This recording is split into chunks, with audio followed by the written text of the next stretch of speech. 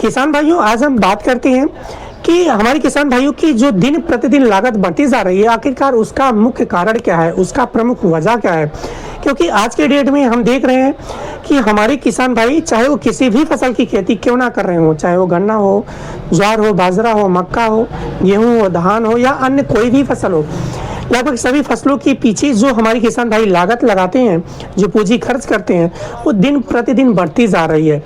तो आखिरकार यह लागत किसान भाइयों की कब तक बढ़ेगी, कितने समय तक बढ़ेगी, क्या इसका कुछ नियंत्रण है, क्या इसे रोका जा सकता है, क्या इसका समाधान निकाला जा सकता है। तो आज हम इसी बिंदु पे बात करते हैं, इसी पे चर्चा करते हैं। सबसे पहले हम किसान भाइयों बात करते हैं कि आज के डेट में हमारी जो मिट्टी का स्वास्थ्य है, हमारी जो भूमि का जो स्वास्थ्य है, ऊर्जा है, जो उसकी ताकत है, वो धीरे धीरे खत्म होती जा रही है, धीरे धीरे छीड़ होती जा रही है, धीरे धीरे हमारी मिट्टी कमजोर होती जा रही है, धीरे धीरे अनउपजाऊ होती जा रही है, धीरे धीरे वो क्षारीय होती जा रही है। आखिरकार ऐसा क्यों है, इसका वजह क्या है? क्योंकि अगर हमारी मिट्टी उपजाऊ हो, हमारी मिट्टी की ताकत अच्छी हो, हमारी मिट्टी का जो प्रोडक्टिविटी है, जो उत्पादकता है, वो अच्छी हो, तो इसके लिए हमारे किसान भाई अगर इन 4 बिंदुओं पे ध्यान देते हैं या 4 इन बातों पे ध्यान देते हैं, तो ऐसे दशा में हमारे किसान भाई अपनी मिट्टी का स्वास्थ्य सुधार सकते हैं, मिट्टी को उपजाऊ बना सकते हैं, मिट्टी की उत्पादन क्षमता बढ़ा सकते हैं। आखिरकार ये चारों तत्व या चारों बिंदु कौन कौन से हैं, उस पर हम एक एक करके चर्चा करते हैं। सबसे पहले हम बात करते हैं कि हमारे किसान भाइयों के खेती के लिए या हमारे किसान भाई जो फसलें लगाते हैं, उसके लिए लगभग 17 पोषक तत्वों की आवश्यकता पड़ती है। तो हमारी मिट्टी में इन 17 पोषक तत्वों का होना अति आवश्यक है। यदि इन 17 पोषक तत्वों में से किसी भी पोषक तत्व की कमी होती है, तो ऐसे दशा में हमारा जो पौधा है वो अपना सही से विकास नहीं कर पाता, और इसके साथ साथ लास्ट में जाके हमारा जो पौधा है वो अपना उत्पादन कम कर देता है, सही तरीके से पूरा उत्पादन नहीं कर पाता है। तो ये पहली वजह हो गई। दूसरी वजह कि हमारी मिट्टी में जो कार्बनिक पदार्थ हैं, जो ऑर्गेनिक मैटर है, इन कार्बनिक पदार्थों की जो मात्रा है वो धीरे धीरे घटती जा रही है। कार्बनिक पदार्थों की जो परसेंटेज है वो धीरे धीरे कम होता जा रहा है। कार्बनिक पदार्थ की अगर हम बात करें तो जैसे गोबर की खाद हो गई, कंपोस्ट हो गया, वर्मी कंपोस्ट हो गया, सिटी कंपोस्ट हो गया, या जो हमारी हरी खाद है जिसमें ढांचा है, सनई है, इसका हम डिकम्पोजिशन कर देते हैं अपनी मिट्टी में। तो ये जो कार्बनिक खादें हैं, ये कार्बनिक खादें जो है धीरे धीरे हमारी मिट्टी में कम होती जा रही हैं। इसका जो परसेंटेज है, इसका जो रेशियो है, धीरे धीरे घटता जा रहा है। तो जिसके कारण हमारी मिट्टी की जो ताकत है वो छीड़ होती जा रही है। हमारे किसान भाई इसका प्रयोग कम कर रहे हैं, तो इसके लिए कहीं ना कहीं हमारी मिट्टी का जो उपजाऊपन है वो घटता जा रहा है। अब तीसरे बिंदु की बात करते हैं। तीसरा जो बिंदु है, इस पे जो है हमारी मिट्टी में पाए जाने वाले जो ऑर्गेनिज्म है, कहने का मतलब हमारी मिट्टी में पाए जाने वाले सूक्ष्म तत्व है।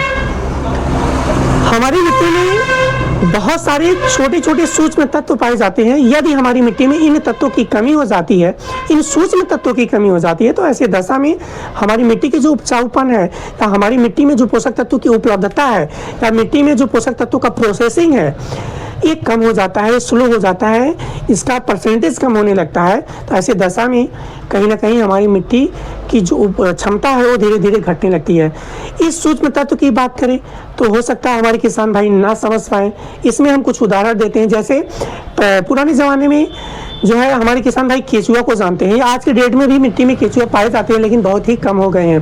पहले, आज के 15 साल 20 साल पहले की बात अगर हम करें, तो ऐसे दशा में हमारे किसान भाई देखते थे कि जो केचुआ है वो हमारी मिट्टी में काफ़ी ज़्यादा हुआ करते थे। तो ये क्या है, ये सूक्ष्म जीव है केचुआ।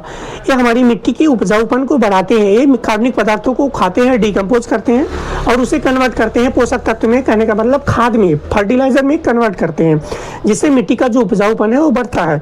ये पोषक तत्वों की उपलब्धता को भी बढ़ाते हैं। जो पोषक तत्व हमारे पौधों से दूर होते हैं, उन पोषक तत्वों को पौधों की जड़ के पास ले जाते हैं, जिससे हमारी जो मिट्टी में जो पौधे हैं, जो वो पौधे आसानी से पोषक तत्वों का उपयोग करके अपना विकास कर लेते हैं।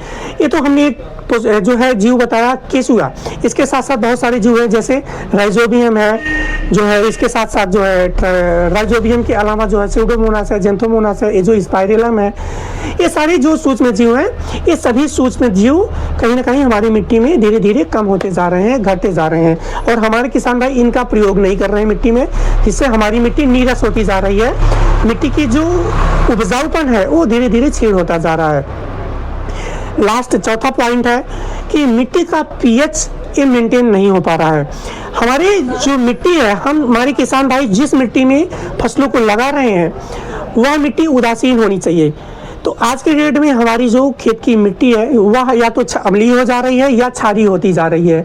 तो ऐसे दशा में यदि हमारी मिट्टी अम्लीय हो जाएगी या क्षारीय हो जाएगी तो दोनों दशाओं में कहीं ना कहीं हमारी मिट्टी की जो उत्पादन क्षमता है वो धीरे धीरे कम हो जाती है।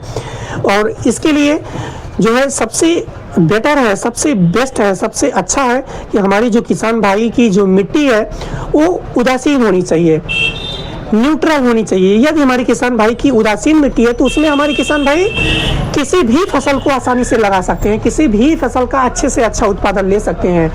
तो उदासीन मिट्टी का होना अति आवश्यक है।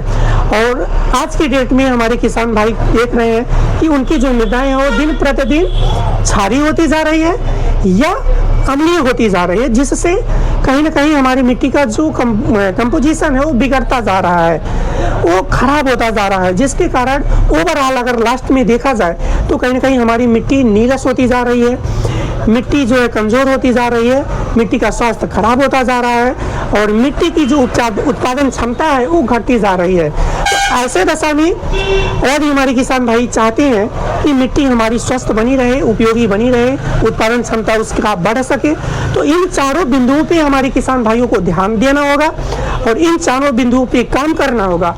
और तब जाके हमारे किसान भाई धीरे धीरे चल के अपनी लागत को कम कर सकते हैं और आगे चल के अपने उत्पादन को अच्छे से अधिक बढ़ा सकते हैं।